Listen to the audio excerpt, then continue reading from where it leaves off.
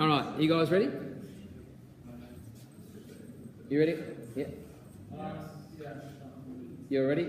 Okay with that? All right, now, so what we want to do is to continue to look at this organic stuff for our non-English speaking background clientele, all right? So you can hear my voice over and over again or whatever, if you choose to do that. One thing I forgot to mention, that is with the stage 2 chemistry, and we should be referring to this all the time, and I had to refresh my memory this morning, because within here, this covers what we call key ideas and intended student learning. Now, we've been through that before, it's obvious, but I just want to highlight it again. So when you begin to do your revision, and that should have kicked in already, you should be revising analytical chemistry, ready for our trial exam coming up, and as you go back over that, you want to try and retain that. So build into your program right now, there should be a small amount of revision happening, okay, on topics that you would have forgotten concepts for. Not just for chemistry, but for all your subjects. So a smart student would have started that already, okay? And they would have had a program organised, and so you'll do the first topic, say, of analytical, and you might spend a week revising that, and then you'll kick over to the next one, then you'll kick over to the next one.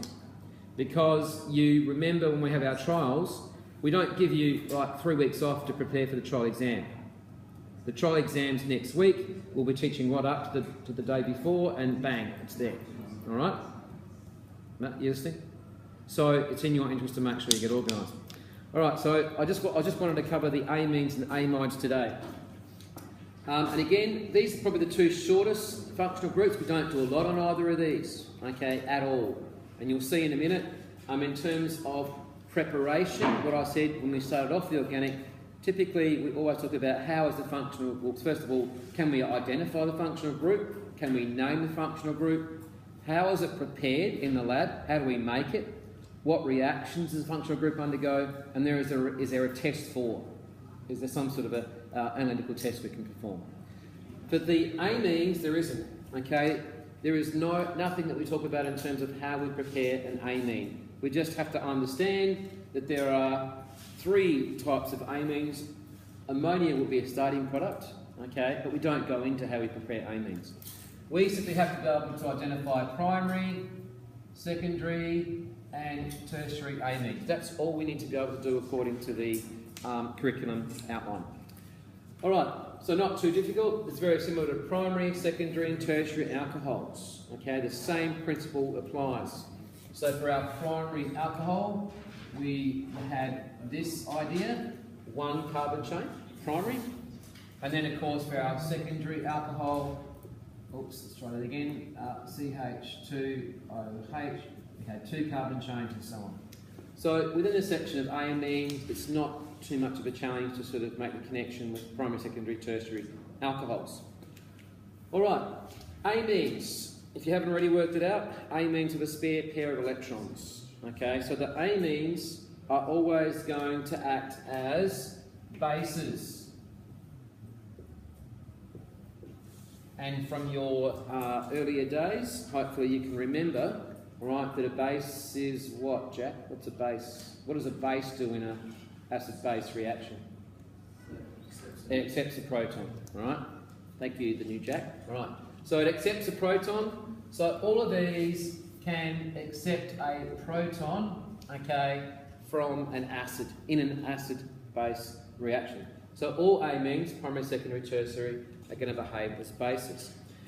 If we are following in the text, okay, in the section on amines and in our faithful textbook, all right, that is on page 265.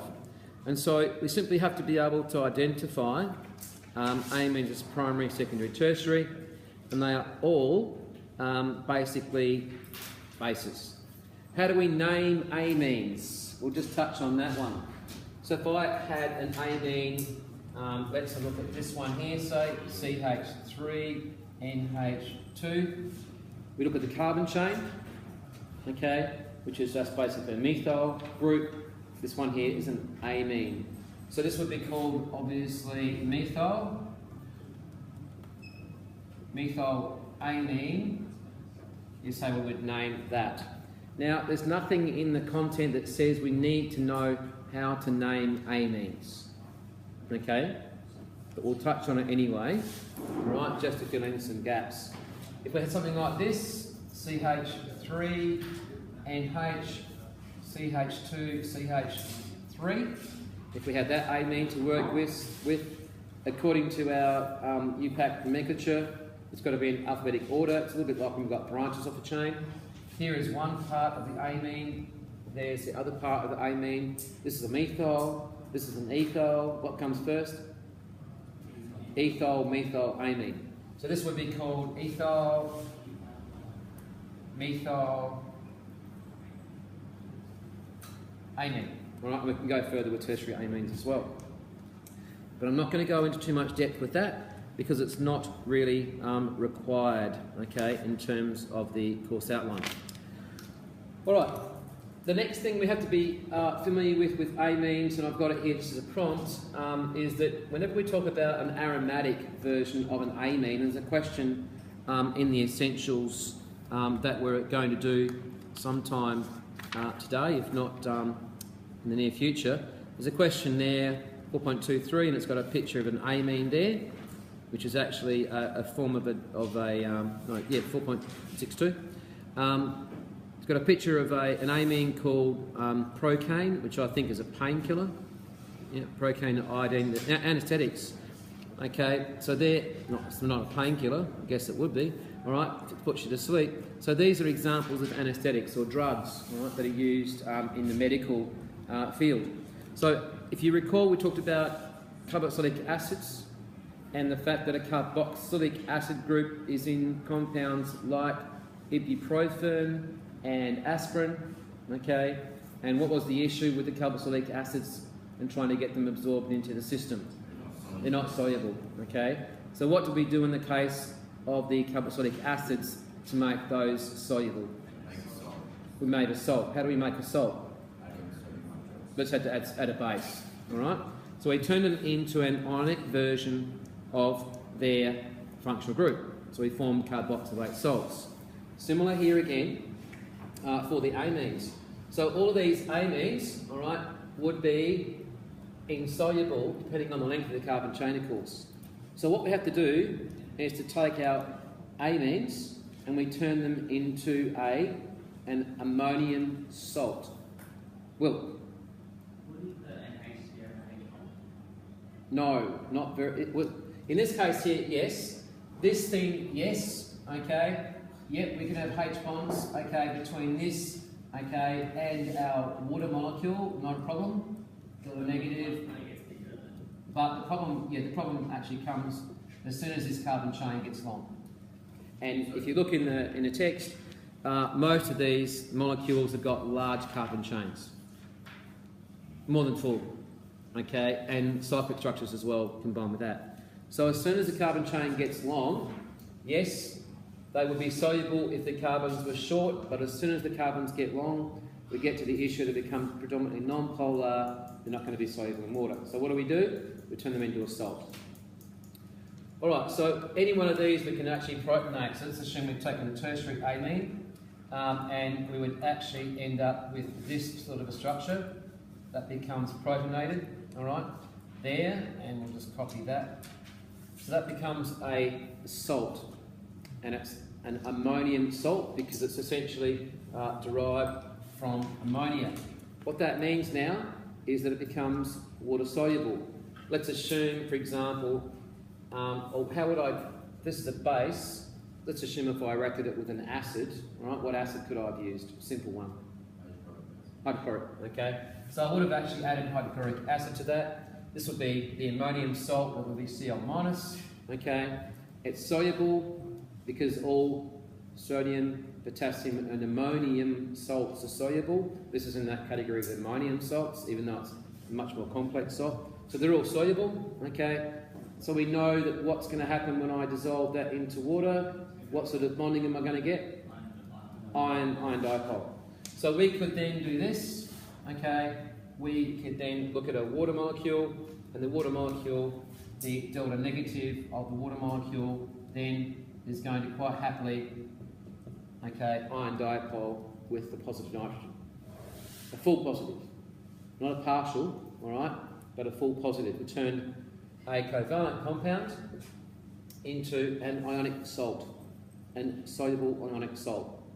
All right, doesn't matter how long the carbon chains are now, this is soluble. One thing before I answer your question, Jack. But, and here's the but, all right, we talked about functional groups that are directly attached to benzene rings. They don't react, all right, in a normal, whatever normal is, they don't react as aliphatic chains, carbon chains do. So this will not, okay, this will not just protonate like that. All right, that's a no-no. So the benzene does impact significantly on how amines attached to a benzene ring react. However, if I do that, if I get rid of, all right, the benzene ring, if it's just a cyclic aliphatic group, that's fine. It'll go back and it will react, okay, as a normal amine would, just protonates. So there's a subtle difference there. Be very wary of the benzene rings because they won't protonate. But, another but, all right, of course, if it was a benzene ring, and if I had something like this there, okay, which one of those is going to protonate? The top one, okay, that one there would protonate, and that one would not protonate if I added an acid to it. Okay, so it still behaves as a base, provided it's not directly attached to the benzene ring. Jack.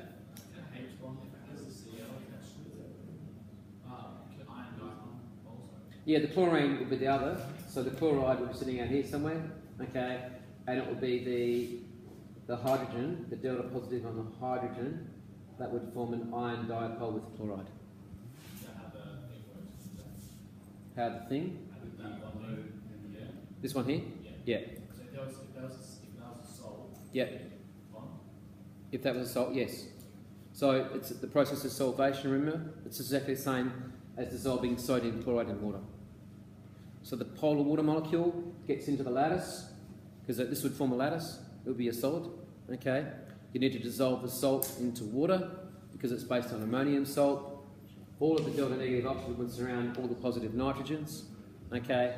And all the delta positive hydrogens would surround the negative chlorides. And it would just gradually dissolve the lattice apart. Everybody okay with that one? Now, that's the only thing that we, according to our outline, all right, that's the only thing that we need to know for amines. That's it, all right? Apart from naming that we touched on very briefly. Any questions about amines? So they're a fairly short, sharp and shiny process. Functional group, I should say. There's no test for amines, okay? So there's no chemical test for amines at all. We can test for aldehydes, we can test for primary alcohol, we can test for secondary aldehydes, we can test for carboxylic acid. There's no chemical test, as far as we're concerned at this point, for an amine. There's none. Oh, yeah, there may be, yeah. Later on you'll find out. Chat. What's it called when you add the H plus to that? Protonation. Protonation. Protonation. All right. Now I'm just going to kill that because we need that for the amides.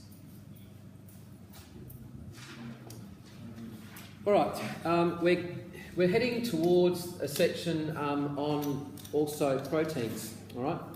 And a bit of a precursor to proteins. Again, if you're doing biology, an advantage is amides because they're similar. All right. That idea of amide are based up. Well, basically, we'll look at that a little bit later. But we'll use this in two sections actually coming up. It's proteins and also polymers, because we'll talk about polyamides. All right. So amides are a bit more important than amines in the big picture because they'll come back twice. All right. How do we prepare them? Again, same sort of scenario. How do we make them? Now, according to what we've been given, okay, in our little examples. The way that we produce amides is, and I'll just flip over to the right page, it says, I note it says, theoretically, an amide could be prepared from the condensation reaction between ammonia or an amine or an amine with a carboxylic acid. And then if we look over here, it says, key ideas, an amide can be produced by the condensation reaction between an amine and a carboxylic acid. So our outline says that that's how we assume, that's how we take it, all right? But notice it says theoretically in the book, okay? And so if we use that idea, according to that, if I take a carboxylic acid and in this case here ammonia, this is how I'll produce this amide, okay? Why is it called a condensation reaction? Why is it called a condensation reaction? The first time we've used that term, but we're going to come back and use it when we look at polymers later on down the track. No. Condensation is where water is produced, spat out at the end, okay? So this is why they're called condensation reactions, because water is a product from that reaction. It's a little bit like when we did formation of an ester. We could actually say that that ester is a condensation reaction as well, because water is a product of that reaction. All right? Now, so we've got 3 examples, all right? Depending on what we're trying to build, okay, we have to work out what carboxylic acid and what amine we want to react in order to get, okay, the product. And that's as far as we can go. We can't get 3 carbon chains on here, okay, fairly obviously. So this is the simple amide, and of course we could actually substitute one of the hydrogens with a carbon. That would be a more complex amide. We don't talk about secondary and tertiary amides, okay, yet. And then there's another hydrogen we can replace to get a more complex amide again. So we stop there. So if we wanted to work out, for example, if we started with this one here, which I'd use down the bottom, if I started with this amide, if I wanted to make the amide, we have to do something called a retrosynthetic pathway. Retro means old, backwards, all right? We have to go back. So we actually start from the product. So if I said, okay, for argument's sake, if I had a question and a test, if I said, okay, what 2 compounds would I use to make this amide? You would need to work it out. We've done it before, because if I gave you this structure, let's say if I said, all right, here is a compound and I want you to go away and make that compound, okay? You would then say, all right, what would have been used to make that ester? Well, hopefully you've remembered that you would have split it up here, and then you would have worked out through retrosynthetic analysis, how do I get that group? Well, that group would have come from a carboxylic acid, and how would I actually put that into the molecule? That would have come from this alcohol, ethanol, fairly readily available. Now you start with this. This is a simple molecule, but the same principle was used. If I gave you any structure, okay, and if you knew the structure and how it actually looked, you can then tear the structure apart and you work out how I make this complex structure. That's what it's called. It's called retrosynthetic analysis. And that's how people make drugs in the real life. So, positive drugs I'm talking about, not the stuff that's got mind-altering stuff. So, if you have got a drug that you've extracted from a plant, okay, and it could have some impact, it could be cancer-causing, cancer-curing, I should say, all right, some drug that they've actually extracted that's successful for a certain form of cancer in a chemotherapy sense, then what we can do as chemists is we can look at the structure. We use both what we call NMR and infrared, and we identify the molecule. Once we can identify the molecule, then you can begin to tear the molecule apart and work out in a lab how we make it, small scale, and of course then you bump it up, and then you go into the industrial chemical thing, and all those drug companies, all right, make a huge amount of money making these drugs on a large scale, whatever that drug is. So the principle hasn't changed, all right, in terms of how we attack that. We're just doing it at lower level. So what I would need to do is, if I was looking at this one, I would need to split it. I need to ask myself, well, how would I get that, knowing that it comes from an amine and a carboxylic acid? Okay, I work backwards. That would have been my carboxylic acid, all right, with the R attached to the carboxylic acid. That's where that R group comes from. And the R dash, that group would have come from the original amine that I reacted it with. All right, not so easy. All right, this is probably the most complex preparation that you'll look at. Well, it is pretty much, all right, in the organic section. Now, interesting that it says this is how we're supposed to take it. So all the questions that we're going to be doing is you'll have a one-step process. That's how we're going to do it, okay? Because that's what we're told to do in the curriculum outline.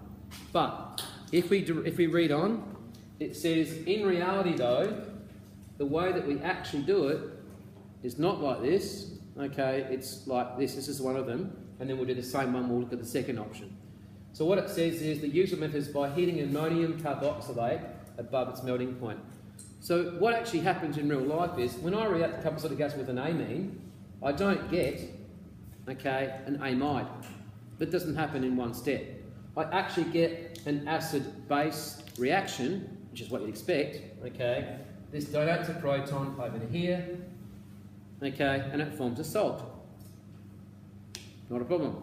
And then the book says we actually take the salt, we heat it, and once we heat the salt, the product is our amide. So it's not a very nice process. I've never made an amide, okay? So when you heat the salt, you get the amide? Yeah, exactly. Then you've got to heat the salt and you get the amide, okay? Now we won't use that method. As far as you're concerned, okay, it's simple. So Carboxylic acid, amine produces an amide plus water. That's how we learn it. So just think of the background, because I could chuck a question in like this and say what actually happens. Unlikely, I won't be doing that, all right? But it just makes you think outside the square. Dave? Dave? Jack? This is what actually happens. So there's an intermediate product. And that's what we learn. But you learn the top one. So we don't need to know the bottom. You don't need to know the bottom one. But if you say it, is that wrong? No, it's not wrong. No, because your product will ultimately be the same. It depends. I've never seen it in an extended response question, but theoretically it could be. All right, could be. The other method says refluxing an ester with ammonia or an amine. Refluxing an ester with ammonia or an amine. So we'll start. We'll have a go at doing that one. So what would have to happen, if we use the same structure again, we're told it comes from an ester and an amine. So if we've got that molecule, which is this one here it is. It is RONR-H. Alright? So it says refluxing an ester. I'm going to do a retrosynthetic process again. So if that was the process that we were using, bearing in mind that what I'm doing is not really part of what we've got written down in the curriculum outline, but it just helps to sort of fill the void, if you like, give a bit more information. So in this case here, the ester must have been this one. It's the only ester that it could have been. Whoops. Let's try that again. OR dash. Okay. That must have been the ester, because the only way I could get that, okay, would have come from an ester. Alright? And what would the amine have been? Any ideas?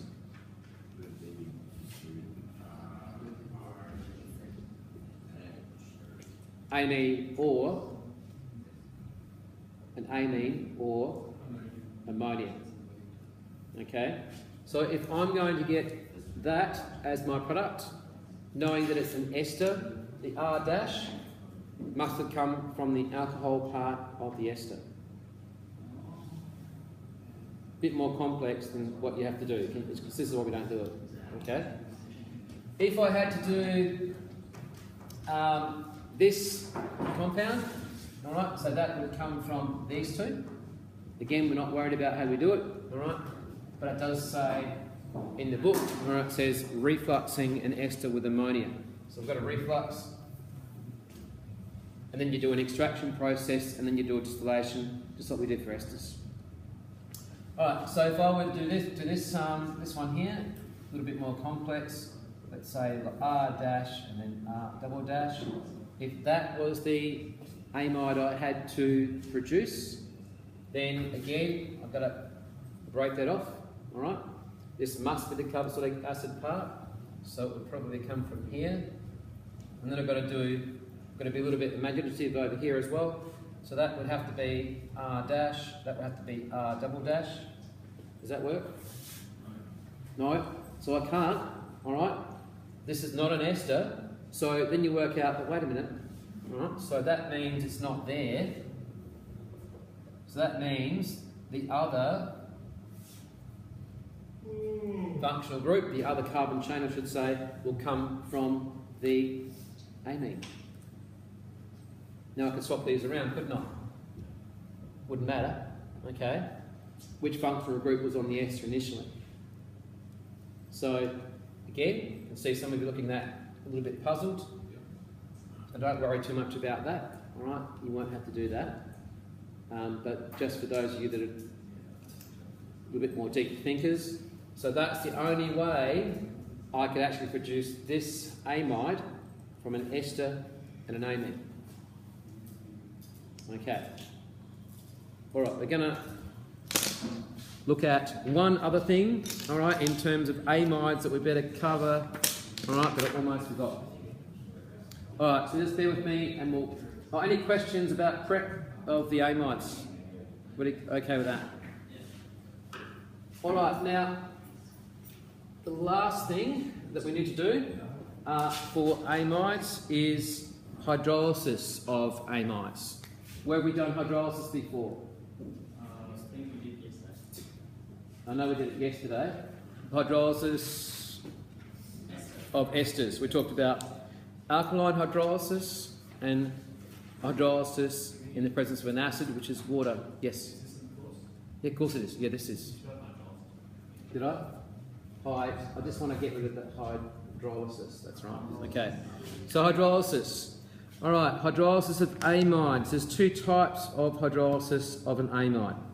There is alkaline, just like we did before, and there is acid. Okay?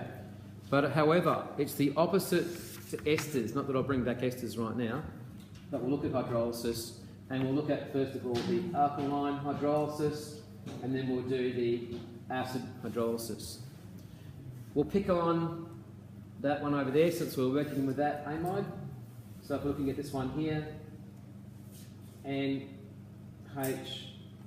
dash, if I take that and if I carry out alkaline hydrolysis, I end up with a carboxylate salt, which would be this one.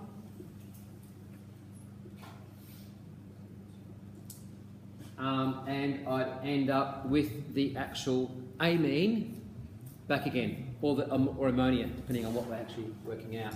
So this would be the amine would be RNH2. So of course that would be a sodium salt there, but soluble. So that's what we end up with if we have hydrolysis of an amide under alkaline conditions. We end up with salt of the carboxylic acid that was used initially. All right. If you remember, if we had an ketone, let's go back again, rewind, ester. If I did an ester and I did that under alkaline conditions, what do I end up with? I end up with carboxylate salt plus an alcohol. So that's not unlike that, is it? Similar, all right? Yeah, this is an ester, hydrolysis from an ester, all right? Now, let's have a look at what happens when I carry out hydrolysis in the presence of an acid, okay? We'll do the same one. So here, N R dash H, and this one is a little bit different. Okay, we actually put in hydronium, not just the water, and we end up with an amine, with a carboxylic acid, should be this one, plus we end up with an ammonium salt in your reaction. Just looking in the book. All right, so from there we'd end up with this one. It would be NHR dash H plus. All right, so we have to end up with a salt in this instance. All right, if we did it with an ester, and if we look at this, we end up with the carboxylic acid, and we end up with the alcohol, not a salt of the alcohol. All right, so just to sort of try and draw that together with what we did for esters. So hydrolysis of amides is the last thing that we need to do. That's it. And that's all for amides. Any questions? People worried about anything? Apart from the exams and your final practical and the test next week? Yeah, the test. All right.